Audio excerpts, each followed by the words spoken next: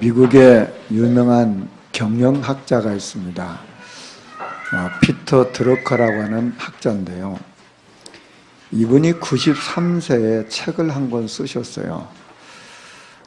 그런데 그 책의 내용 중에 기업가와 혁신이라고 하는 그 장이 있는데 거기에 한국에 대해서 이렇게 언급이 나와 있어요.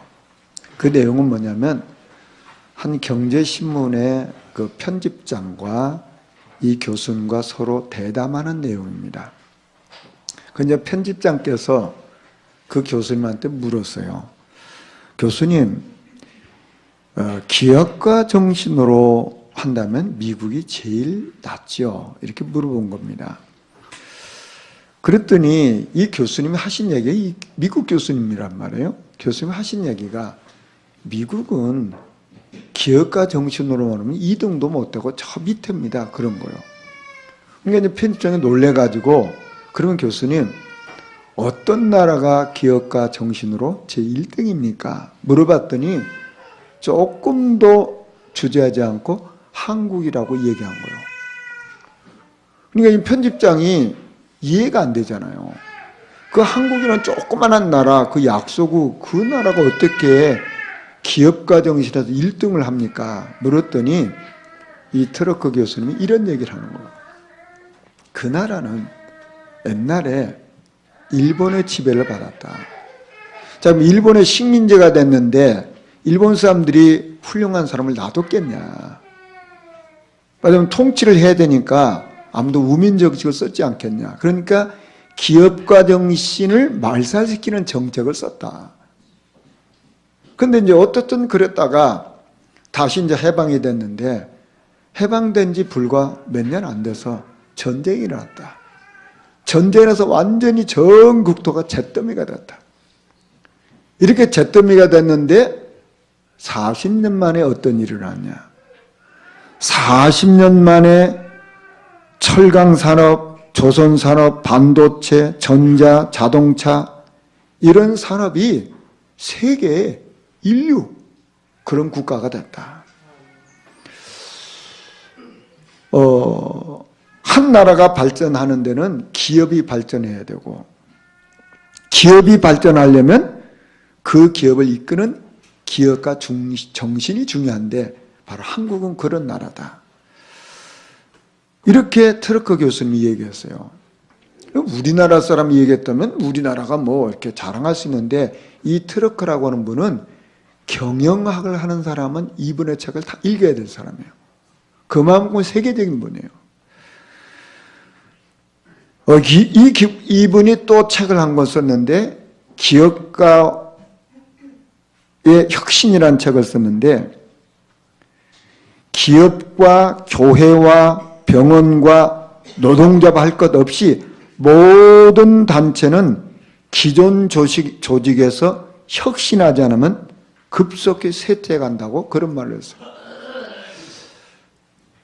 저는 이분의 그 책들을 보면서 무슨 생각을 하게 되냐면 고린도후서 5장 17절을 보면 그리스도 안에 있는 자는 새로운 피조물입니다. 자, 이전 것은 지나갔다 그 말이에요. 자, 저와 여러분이 과거에 하나님 없을 때 그 정신, 그 생각, 그 삶을 가지고는 무너지는 거예요. 우리는 그리스도 안에서 새로운 사람이요. 새로운 피조물이란 말이에요. 이제 새롭게 된 사람이라. 그러면 당연히 우리는 그 새 정신 가지고 새로운 그 삶을 가지고 살아가는 거예요. 하나님이 아브라함을 부를 때 제일 먼저 아브라함이 하신 말씀이 뭘까요? 제일 먼저 하나님이 아브라함으로서 하신 말씀이 뭐냐면 너의 본토 친척 아버지 집을 떠나라고 했어요. 이게 무슨 얘기입니까? 자, 아브라함에게 있어서 자기 고향이 배경 아니겠습니까? 자기 친척이 배경이지 않겠어요? 자기 아버지 집 배경 아니겠습니까? 그런데 그 배경을 떠나라 그 말이에요. 무슨 말입니까? 아브라함이 그것이 자기 배경이고 힘인 줄 알았는데 어느 날 보니까 그게 틀린 배경이었어요. 그게 망할 배경이었단 말이에요. 왜 그렇습니까? 하나님도 모르고 우상 숭배하는 것이 그들의 배경이었단 말이에요. 그게 망할 배경 아닙니까? 틀린 배경이에요. 여러분, 우리가 그런 걸 많이 보지 않습니까? 사람들이 권력이 배경이야, 권력. 뭐 물론 배경이 되지 않겠습니까? 그런데 어느 날 권력이 바뀌면 어떻게 됩니까? 그 권력이 무너지면 한꺼번에 같이 무너지는 거예요. 그걸 우리가 세상을 통해서 많이 보지 않습니까? 무슨 말입니까? 그 권력이 자기에게 참된 배경인 줄 알았는데 어느 날 보니까 그게 헛된 배경이라. 그게 틀린 배경이라. 그 배경이 도리어 망한 배경이라 그 말이요. 하나님은 우리에게 뭘 말합니까? 너희는 이제는 틀린 배경, 헛된 배경, 망할 배경에서 떠나서 어디로 가라는 겁니까? 참된 배경, 그거 붙잡으라 그 말이에요. 아브라함에게 너는 본토 친척 아버지를 떠나서 어디로 가라는 겁니까? 가나안 땅으로 가라는 거 아닙니까? 그 가나안 땅은 뭡니까? 오실 메시아 그리스도를 말하잖아요. 저와 여러분의 참된 배경이 뭐냐? 그리스도라 그 말이에요. 우리가 이것을 놓치면 다 망하는 거예요. 하나님이 그 아브라함에게 말씀했어요. 내가 너에게 복을 주겠다고 했어요. 어떤 복을 주겠다는 겁니까? 내 이름을 창대하게 너를 축복하는 자를 내가 축복하고 너를 저주하는 내가 저주하겠다. 너로 말미암아 천한 만민이 복을 받겠다고 했어요. 자, 무슨 말입니까? 우리는 내가 하나님을 몰랐던 거, 그것이 모든 것인 줄 착각하는 거예요. 그게 내 배경인 줄 안다 그 말이에요. 그게 내 힘인 줄 알았어요. 근데 내가 복음받고 구원받고 하나님 자녀가 되어보니까 아, 이게 아니었구나 깨달잖아요. 저와 여러분 배경이 뭡니까? 그리스도요. 그리스도 아는 자는 결코 정잠이 없다 그 말이에요. 이게 우리의 배경이요. 그리스도가 나의 배경이라 그 말이에요. 구원받은 하나님 자녀의 배경은 그리스도예요. 눈에 보이고 손에 잡히는 것은 배경이 아니에요. 그 필요한 거지만 우리에게 진지한 배경이 아니라 그 말이에요. 사람들은 뭐 저를 포함해서 내가 좋은 것 있잖아요. 내가 원하는 게 있잖아요. 내가 소망하는 거 있잖아요. 그게 알게 모르게 우리는 내 중심으로 살아가요. 근데 사실은 여기서 모든 문제가 오잖아요. 그러니까 내 생각이 옳다. 그래서 내 주장이 옳아. 그래서 고집을 피고 그렇지 않습니까? 그런데 어느 날 우리가 하나님의 은혜가 임해서 예수님을 나의 구주로 나의 주인으로 모시게 돼요. 그러면 어떻게 됩니까? 내 신분이 바뀌잖아요. 이제 마귀의 자녀에서 하나님 자녀로 바뀌었어요. 신분이 바뀌었어요. 신분이 바뀌면 이때부터 뭐가 됩니까? 하나님의 말씀이 들리기 시작해요. 이게 우리가 하나님의 말씀이 들린다는 그 자체가 은혜잖아요. 그게 축복이잖아요. 이제 하나님의 말씀을 듣는 것이 행복하고 기쁘고 즐겁단 말이에요. 이게. 우리가 하나님의 말씀을 들어야 된다. 그런 차원이 아니잖아요. 하나님의 말씀 듣고 싶어지는 거예요. 왜냐하면 신분이 바뀌었으니까. 그런데 우리가 이 말씀을 계속 들으면 어떻게 됩니까? 내 마음이 자꾸만 변화가 일어나요. 아, 내가 참 바르게 산다고 했는데 알고 보니까 그게 내가 주인이었구나. 그래서 나에게 문제가 왔거니 깨달아지는 거예요. 내가 이 그리스도 모르니까 자꾸만 내 고집대로 내 주장대로 내 방법대로 살겠다고 했구나. 깨달아지는 거예요. 그래서 나를 위해서 나는 제사 지내야 돼. 나는 구태해야 돼. 나는 점쳐야 돼. 나는 불공들여야 돼. 그렇게 살았지 않느냐 말이야. 알고 보니까 내가 잘한다고 했는데 그게 잘못된 거구나. 깨달아지잖아요. 그러니까 이제 필요 없구나 이게. 왜 성경은 예배를 드리라고 했고 왜 기도하라고 했고 왜 찬양하라고 했고 왜 말씀을 드리라고 했는지 이해가 된단 말이에요. 그래 마음이 바뀌잖아요. 그래서 나도 모르게 치유가 되어지고 내 과거가 발판이 되어지고 아, 내가 과거에 그렇게 살았구나. 거기서 나를 건졌구나. 그래서 참된 감사가 회복되는 거 아닙니까? 그래서 내가 과거에 붙잡았던 그걸 갖다 다 내려놓게 돼요. 그러니까 그때부터 평안이 오잖아요.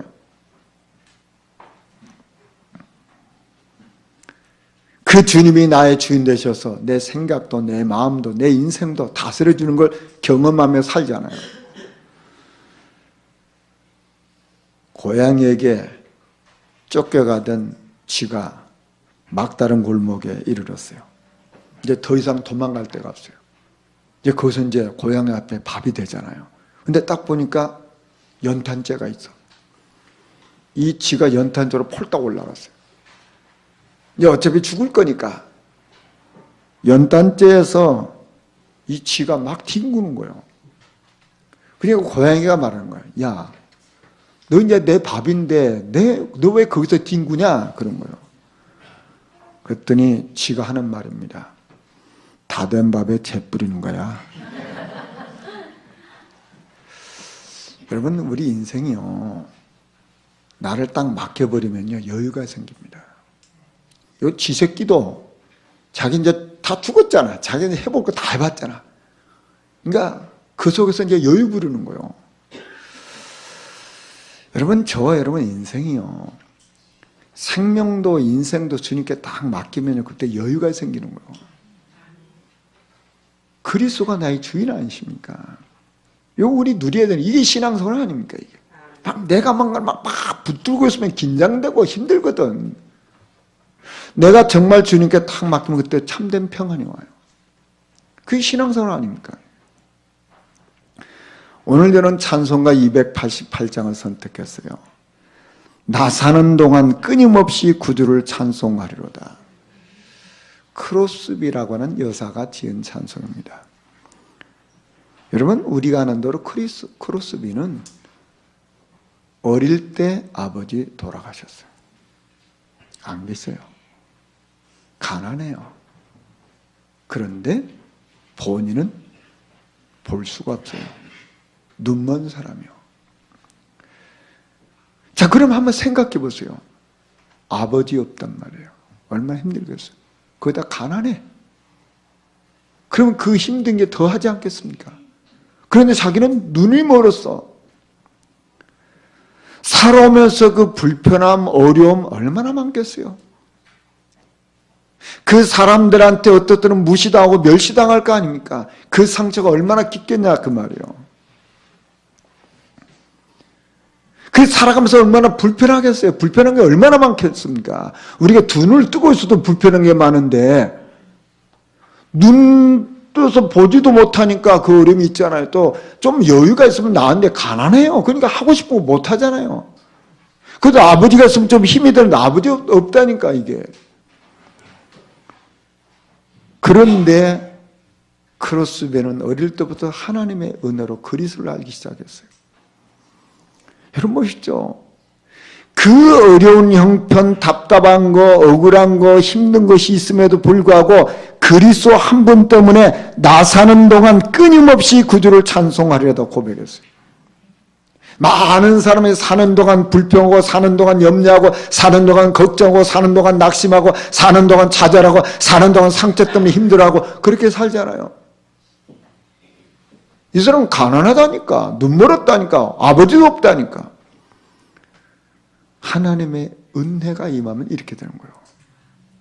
여러분, 이미 축복된 사람 아닙니까? 이미 승리하고 있는 거예요. 저와 여러분에게 이 은혜를 삼아야 될 줄 믿습니다.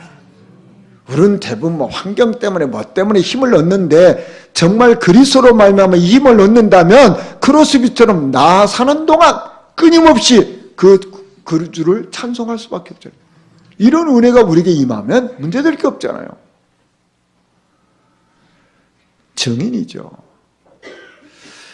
오늘 창세기 18장에 보면 아브라함이 여호와 앞에 섰어요. 여러분, 이 여호와 앞에 섰다는 게 뭡니까? 그게 아브라함의 영적 상태예요. 하나님 앞에 섰다, 이것이 바로 뭐냐면 아브라함의 영적인 자세라 그 말이에요. 이게 복이에요.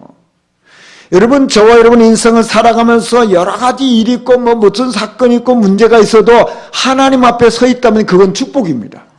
그렇잖아요. 많은 사람이 어디에 서 있습니까? 여러분 생각해 보세요. 하나님 앞에 설 수 있는 사람은 택함 받은 사람만이 하나님 앞에 설 수 있어요. 하나님의 은혜가 임한 사람만이 하나님 앞에 설 수 있다니까요. 사람들은 어디 앞에 섭니까? 돈 앞에 서잖아요. 성공 앞에 서잖아요. 그런데 보시죠. 우리에게 돈은 필요하잖아요. 돈이 있어야 되잖아요. 얼마나 이거 우리에게 유익한 풍족한 삶을 살게 하잖아요. 그런데 그 돈 앞에 섰으면 사람은 늘 불안합니다. 언제 그거 없어질지 모르잖아요. 여러분, 성공이라는 게 내가 성공하고 그다음에 실패하잖아요. 언제 이게 뺏길지 몰라. 그러니까 늘 불안해, 늘 염려해. 그게 채워도 끝이 없는 거예요. 하나님 앞에 서 있다? 이건 이미 축복받은 사람입니다. 저와 여러분의 인생을 살아가면서 이런 일 저런 일 많은 일이 있는데 나를 하나님 앞에 설 수 있고 내가 늘 어떤 상황이든지 내가 좋은 일이든지 안 좋은 일이든지 하나님을 바라보고 있다면 이미 축복의 사람이에요. 이미 응답의 사람이란 말이에요. 하나님의 세상을 일처럼 사랑하사 독생자 예수 보내주셨어요. 왜 보내주셨습니까? 멸망받지 말고 영생 얻으라고. 마지막 우리 인생을 하나님 앞에 서라고 그리스도 보내주셨단 말이에요. 지금 하나님은 아브라함에게 말씀해요. 저 소돔과 고모라를 망하게 한단 말이에요. 그랬더니 아브라함이 하나님 앞에 말씀을 드려요. 하나님, 그러면 저 소돔과 고모라 성에 의인이 없겠습니까? 그 의인이 있을 텐데 그 의인도 같이 망하게 하면 되겠습니까? 이 얘기예요, 지금 오늘 말씀이. 자, 그렇다면은 하나님은 의인과 악인을 구분하신단 말이잖아요. 그럼 의인은 어떤 사람이 의인입니까? 바르게 산 사람이 의인입니까? 하나님 믿는 사람이 의인이잖아요. 하나님 자녀가 의인이잖아요. 그럼 악인은 어떤 사람입니까? 못된 짓 한 사람이 악인입니까? 하나님 모르는 사람이 악인이에요. 예수 그리스도를 영접하게 되면 하나님의 자녀가 되잖아요. 이 사람은 의인이에요. 아무리 착하고 진실하고 바르게 산다 할지라도 예수 그리스도 없는 사람은 마귀의 자녀거든요. 그러면 그 사람은 악인이라 그 말이에요.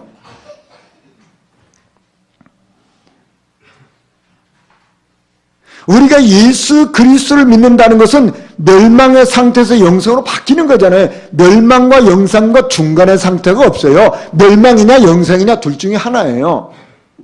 마귀 자녀냐 하나님 자녀냐 둘 중에 하나라 그 말이에요. 우리가 예수 그리스도를 믿으면 요한복음 5장 14절에 사망에서 생명으로 옮겼느냐고 했어요. 사망이나 생명이냐 둘 중에 하나예요. 중간은 없어요. 하나님의 자녀가 가는 곳은 천국이고 하나님의 자녀 아닌 사람은 가는 곳이 지옥이에요. 중간은 없어요. 천국에서 잘못 가르치는 거 아닙니까? 중간은 없거든요. 천국과 지옥이라 그 말이에요.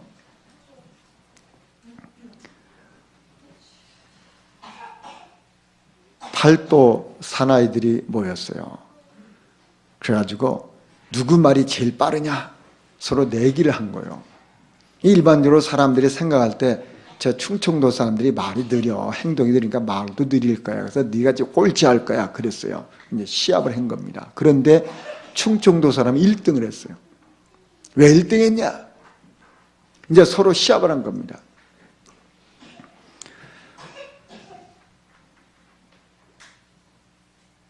서울 사람이 먼저 얘기할 거면 잠시 실례하겠습니다. 잠시 실례합니다. 이렇게 얘기한 거예요. 그러니까 경상도 사람 하는 얘기야. 아이 그게 그렇게 말 늦게 하면 되겠어?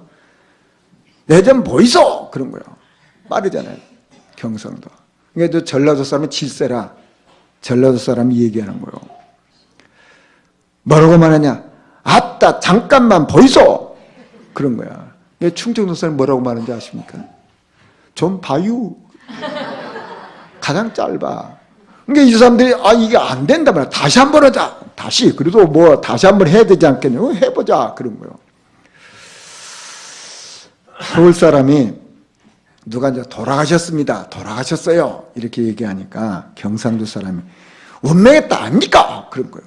이게 더 빠르잖아. 경상도. 또 전라도는 칠세라 앉아. 뭐라고 말합니까? 죽어버렸어라. 그런 거예요. 이게 충청도 사람은 뭐라고 말하냐? 가슈. 간단해. 이게 충청도 사람이 이겼잖아요. 여러분, 사람은요, 말로도 지역을 구분합니다. 하물며 하나님은 의인과 악인을 구분하세요. 하나님의 자녀냐 마귀의 자녀냐 구분하는 거예요. 참 우리가 이 하나님의 자녀 이 속에 포함되어 있다는 그 자체가 축복 아니고 뭡니까?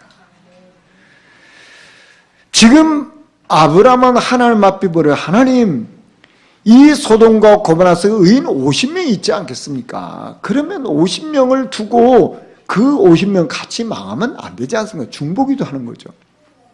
그럼 만약에 하나님이 그러면 50명만 내가 그 소돔과 고모라 망하지 않게 하겠다. 그러니까 45명부터 안 망해. 40명 어떻게 안 망해. 30명 어떻게 안 망해. 20명 어떻게 안 망해. 10명 어떻게 안 망해.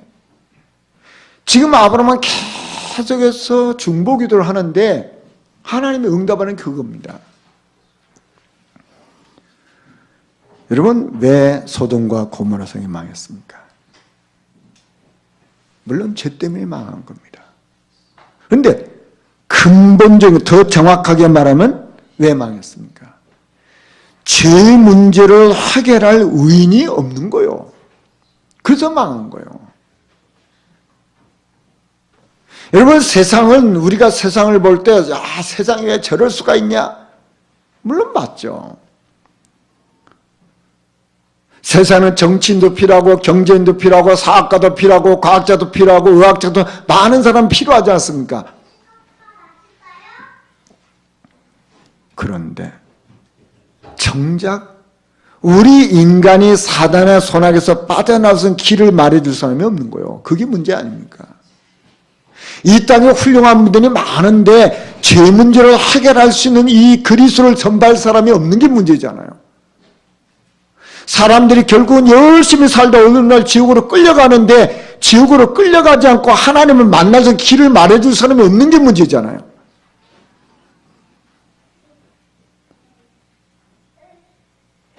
여러분, 우리가 세상을 볼 때, 야, 세상이 저럴 수가 있냐, 뭐 어떻고 이렇게 말할 수 있어요. 그런데 잘 보면 그건 세상의 문제가 아닙니다. 세상의 문제는 뭡니까? 그리스도를 말해주는 사람이 없는 게 문제예요. 그렇잖아요. 저는 이 말씀을 묵상하면서 하나님의 관심이 어디 있는가 이게 보여졌어요. 여러분, 소돔과 고모라서 왜 망했죠? 물론 그들의 죄 때문에 망한 겁니다. 맞아요. 죄 때문에 망했어요. 죄 삭은 사망이니까 죄 때문에 망한 게 맞습니다. 그런데 더 정확하게 보면 무슨 얘기입니까? 이 죄 문제를 해결해야 될 의인 10명이 없어서 그리스도를 전할 사람이 없어서 망한 거예요. 자, 그렇다면 하나님의 모든 관심 어디 있습니까? 믿음의 사람이 있냐 없냐 그 말이에요.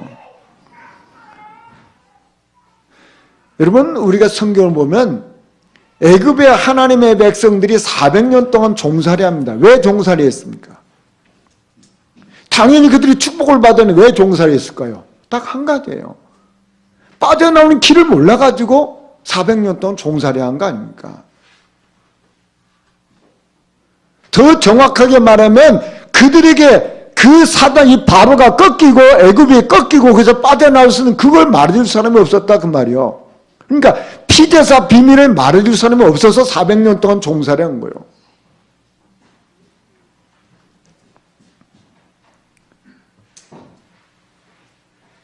여러분, 가나안 땅을 어떻게 점령했습니까? 10명의 정탐꾼이 가서 보니까 이게 안 되겠다 그랬어요. 근데 그 정탐꾼 중에 2명, 여호수아 갈렙, 아니다, 하나님이 약속하셨지 않느냐, 그들은 우리 밥이다. 그 믿음의 사람 때문에 가나안 땅이 점령된 거예요. 하나님의 모든 관심 어딨냐? 믿음의 사람이 있냐 없냐 그거예요. 여러분, 로마 복음만 하는데 몇 사람이 했습니까? 제자들 몇 사람이 했잖아요. 로마가 얼마나 크냐 대단하냐 그 상관없는 거예요. 믿음의 사람이 있냐 없냐, 그리스도를 아는 사람이 있냐 없냐, 이게 모든 거예요.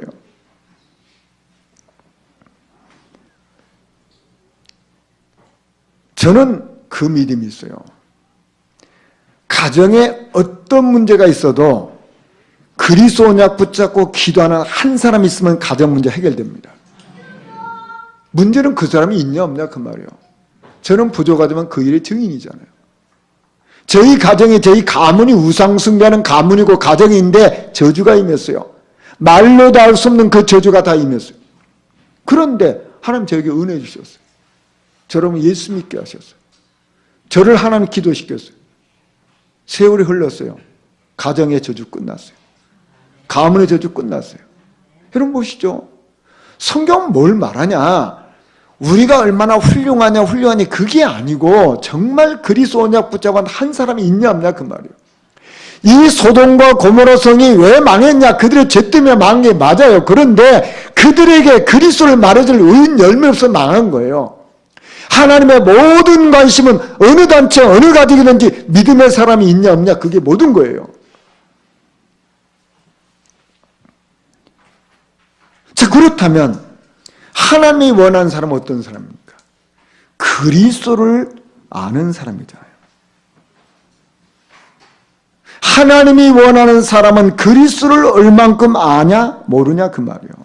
왜 그렇습니까? 이 땅의 문제는 근원적인 문제가 뭡니까? 우리 인간이 당연히 하나님을 섬기고 하나님을 바라봐야 되는데 하나님을 떠난 게 문제잖아요. 거기서 근원적인 문제가 와버렸잖아요. 그 하나님 떠난 그 자체가 죄잖아요. 그 죄로 인한 저주가 이 땅에 와버렸잖아요. 그럼 왜 이렇게 왔습니까? 이게 사단에 속아가지고요. 그래서 길을 몰라서 헤매고 있는 거예요. 그게 인생이라 그 말이에요. 많이 가졌는데 뭐 대단히 공부했는데 결국은 인생의 문제를 해결 못하고 망하는 거예요. 왜 그럴까요? 성경 그렇게 말씀했어요. 너희 아비 마귀. 눈이 안 보이면 마귀에게 그 영혼이 잡혀버린 거예요. 그 영혼이 잡힌 거 어떻게 힘들잖아요. 겉으로는 잘 살고 행복한 것처럼 보이는데 그 영이 사단에게 잡혀있으니까 힘들잖아요. 그러니까 이걸 빠져나오려고 뭘 하는 게 제사 지내고 굿하고 점치고 다 하는 거예요. 그게. 그러면 그렇게 되면 해결됩니까? 이게? 내가 아무리 점치고 굿하고 뭐 그러면 되는 것처럼 점점 사로잡히잖아요. 그러니까 마음에 평안이 없죠. 수고하고 무거운 짐을 잔뜩 지고 사는 거 아닙니까? 자기도 모르게 밤에 잠 못 자고 고통당하고 외롭고 쓸쓸하고 그런 삶을 살면서 그의 인생이 그의 삶이 어느 날 육신으로 눈에 보이는 거 무너지잖아요. 이게. 그렇게 인생을 그렇게 악스럽게 살다가 어느 날 인생이 끝나잖아요. 어디 갑니까? 영원한 지옥. 거기서 끝나냔 말이에요. 그 자손이 그 저주를 그대로 받는 거예요. 그것보다 덤터기로 받는 거예요. 여기서 누구도 빠져나올 자가 없다 그 말에 하나님께서 한 길만 내셨어요. 천하 인간의 구원 얻을 만한 다른 이름을 우리에게 주신 적이 없다 그 말이에요. 그래서 우리 인간은 그렇게 속이고 망하는 사단을 꺾어버린 거예요. 우리가 아무리 바르게 살아도 해결할 수 있는 이 죄 저주를 십자가에서는 완전히 영원히 단번에 끝내버린 거예요. 그게 그리스도입니다. 그래서 우리를 하나님 자녀 삼으셨잖아요. 그러면 하나님 자녀 되면 어떻게 됩니까? 하나님 우리와 함께 하셔서 내 삶을 인도해 가시는 거 아닙니까? 우리가 그리스도 이름으로 성령 역사하시죠. 우리가 그리스도로 하나님 천사를 보내서 보호해 주시죠. 우리가 그리스도를 사용하면 흑암은 무너지죠. 우리가 뭐 죽어서 천국 가는 이미 보장되어 있고 지금 이 땅에서 우리 가정에 하나님 나라가 임하는 거예요. 이걸 말해주는 증인. 그게 바로 뭡니까? 그리스도를 아는 자예요. 그 그리스도가 나의 주인 되시고 나와 함께 하셔서 내 삶을 이끌어가는 거예요. 이게 증인의 삶 아닙니까? 여러분 우리가 살아가면서 가장 힘들 때 왜 힘듭니까? 너무너무 힘든 상황이기 때문에 힘듭니까? 힘든 상황이 왔는데 힘든 상황을 내가 해결할 힘이 없을 때 힘들잖아요. 아무리 힘든 상황이 와도 그걸 내가 해결할 수 있는 힘이 있다면 여유가 있잖아요. 그런데 힘든 일이 왔어. 근데 이걸 갖다 내가 해결할 길이 없어. 그러면 이제 힘들잖아요. 그게. 그럼 비참해지잖아요. 80년 동안 아무 힘이 없이 무능력하고 무기력한 모세에게 하나님이 찾아오셨어요. 호렙산에서 내 신을 벗으라고 했어요. 사실은 모세는요 80년 동안 실패하는 인생을 살면서 벗을 것도 없어. 사실은 80년은 뭐 실패하고 아무것도 없는데 뭐 실패할 것도 없는데 또 신까지 벗으라는 거예요. 그게 무슨 말입니까? 그 옛날에는 신을 신고 있으면 자기가 주인이요. 신을 벗는다는 것은 그것은 노예라 그 말이요. 노예는 신이 없었어요. 근데 모세는 실패한 주제에 자기 신이 있어. 자기 주장이 있다니까? 그거 벗으라 그 말이요. 저와 여러분은 무슨 신을 신고 있습니까? 혹시 지식 신 갖고 있습니까? 경험 신 갖고 있습니까? 그런 돈 신 갖고 있습니까? 건강 신 갖고 있습니까? 예수 믿는 것은요, 그 신 벗어야 되거든요. 그렇지 않습니까? 하나님이 모세에게 내 신을 벗으라고 했어요. 그 말은 무슨 말입니까? 내가 네 인생을 책임지겠다 그 말이요. 내가 내 인생을 보장하겠다 그 말이요. 내가 너의 인생을 축복하겠다 그 말이요. 네가 지금까지 80년 동안 네가 해봤는데 된 게 뭐가 있냐 그 말이요. 아무것도 된 게 없잖아요.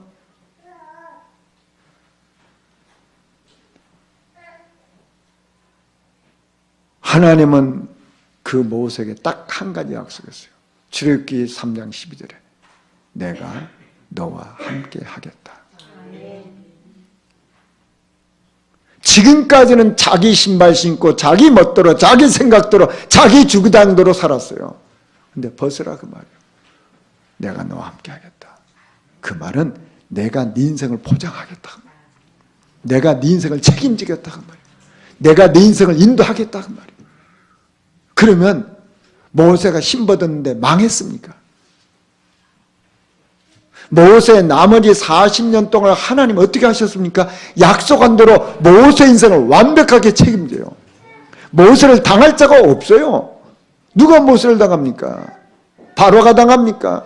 애국 군대가 당합니까? 홍해가 당합니까? 어디가 당합니까? 모세가 가는 길에 먹을 것이 없으면 하나님 먹을 걸 주시고 마실 물이 없으면 물을 주시고 하나님이 가는 곳마다 앞에 천사를 보내시고 뒤에 천사를 보내서 지켜주셨어요. 그게 모세 인생입니다. 네요? 신 벗었어요. 그게 모세 인생이라니까. 모세가 실수했어요. 큰 실수했어요. 구수여인을 취했어요. 이거 잘못된 거 아닙니까? 그럼 벌 받아야 돼. 그런데 하나님 어떻게 합니까? 모세 편에 들어서 그 모세를 갖다 욕했던 그 누나, 형, 문둥병 걸리게 하잖아요. 그게 무슨 얘기입니까? 네가 잘못했어도 내가 네 인생을 책임진다 그 말이에요. 그리스도가 주인된 인생, 하나님이 인생을 책임지십니다. 저와 여러분의 인생 신벗고 그리스도 앞에 무릎 꿇기를 저 여러분 축원합니다. 자, 모세는 그때부터 뭘 알았습니까? 피제사 그 가치를 알았어요. 사람이 가치를 알게 되면 그 인생을 거기다 다 드려요. 모세가 자기 경험은 없습니까? 근데 피제사란 말씀을 다 그 언약을 붙잡았을 때 거기에 인생 전체를 올인해요. 그게 모세 인생입니다. 저는 참 우리 성도들에게 고마운 게 참 많은데요. 지난 주간도 우리 전교 수련했잖아요. 여기 뭐 수고하신 분들 많이 계시잖아요. 뭐 헌금도 해주시고 같이 참여도 하시고 또 참여도 기도를 해주시고 앞장서 하시고 얼마나 감사해요. 그래서 교회가 풍성하게 모든 일이 진행됐죠. 여러분 보시죠. 거기에 이게 내가 가치 있는 일이구나. 그러니까 헌신하고 하시는 거 아닙니까? 시간 들이지, 거기 물질 들이지, 그런 거 아닙니까? 우리 지난 주간에 우리 중고 수련회 했는데 우리 권사님이 편히 잘하라고 콘도 얻어주셔가지고 우리 렘넌트를 편안하게 수련회 했잖아요. 또 이번 주는 지금 화수 또 우리 어린이 또 수련회 하잖아요. 또 우리 집사님이 또 콘도 잘 얻어주셔가지고 편안하게 해요. 우리 애들요 복이 터졌어 이거. 근데 다 우리 성도들이 그거 얼마나 귀한 겁니까? 귀한 걸 다 헌신해 주니까 우리 애들은 편안하게 하잖아요. 또 거기에 수고하시는 교사들도 그렇지만 알게 모르게 후원한단 말이에요. 왜요? 같이 있기 때문에. 우리 오후에 또 우리 아동센터 이사회를 모입니다. 자, 참 우리 아이들을 보내더니 우리 아이들을 잘 관리하느라고 얼마나 수고한 분들 많은데 또 이사님들이 다 이사 후원비 내지 기도하지 그거 해요. 또 뭐 우리 이사회 하게 되면 뭡니까? 돈 내라고 하겠죠. 정무 이사님 잘 좀 내세요. 그게 다 뭐 했습니까? 뭐 내가 씁니까? 우리 휴대도 쓰는 거예요. 이게 같이 아니까 기쁨을 하잖아요. 여러분, 우리가 인생을 살아가면서 정말 가치 있는 곳에 내가 돈을 쓰고 가치 있는 데 내가 시간을 들이고 마음을 들이면 행복하잖아요. 기쁘잖아요. 근데 가치 없는 데 내가 시간 쓰고 돈 쓰면 속상하잖아요. 이게. 우리는 똑같은 인생인데 똑같이 내가 가진 걸 가지고 정말 가치 있는 데 내가 쓰는 게 그게 축복이라, 그게 응답이라. 저와 여러분 정말 이런 인생 쓰임받기를 주 여러분 축원합니다. 제가 목회대학원을 지지난주간 했는데 부산에 김정숙 권사님이라는 분이 치유사역을 해요. 근데 이분이 뭘 하냐면 노래를 부른대. 노래 138, 138, 14, 138, 138, 14 구호 만들었고 계속 시킨대. 138이 뭐냐? 사도행 1장 그리스도, 3장 1장 3절 하나님나라, 사도행 1장 8절 오직 성령 충만, 그 14절 오직 기도에 힘썼다. 그거 노래하는데 계속 구호 붙이면서 어디 갈 때도 138, 138 하면서 그 다음에 14 그걸 한다는 거예요. 그런데 어떤 일이 일어나냐? 아이들이 변화가 일어나고 치유가 되진다는 거예요. 아, 그래 말이야. 이게 뭘 많은 걸 알아야 되는 게 아니고 가장 중요한 것을 내 것으로 만들어야 되는 거야. 이게 노래예요. 왜 지금 우리 교회에서 복음 소식을 계속 하냐? 이게 왜 노래를 제가 부르냐? 그 노래 돼야 되거든. 내 것 돼야 되거든. 아니, 어떤 사람이 있는데 이 사람이 예수 믿고 싶다면 예수 믿는 걸 말해줄 수 있어야 되니 그게 복음 소식 구원의 길 아닙니까? 하나님 만나는 길을 설명해 줄 수 있어야 되잖아요. 자, 그러면 이 사람이 예수 그리스도를 영접해야만 하나님 자녀 되잖아요. 요한복음 1장 12절에 영접하는 자, 그 이름 믿는 자들 하나님 자녀가 된다고 그랬잖아요. 그러면 교회 나와서 하나님 자녀가 되는 게 아니고 예수가 그리스도를 영접해야만 하나님 자녀가 되는 거잖아요. 그거 뭐냐 말이에요. 그거 알도록 하는 거예요. 자, 그러면 이 사람을 말씀으로 그래도 기본적인 말씀으로 잘 도와줘야 될 거면 그게 복음 편지라 그게. 그럼 우리는 평생이 사역해야 되니까 우리 사역자는 어떤 발판이 있냐? 그 10가지 발판이요. 그 우리 교회 노래가 돼, 노래. 노래가 되면 어느 날 이게 역사가 일어나는 거예요. 여러분, 아이들이 초등학교 다닐 때 구구단을 외웁니다. 구구단. 그 막 부르고 막 암송하잖아요. 그게 뭐 대단한 것처럼 아니잖아요. 근데 그게 전부 다 발판됩니다.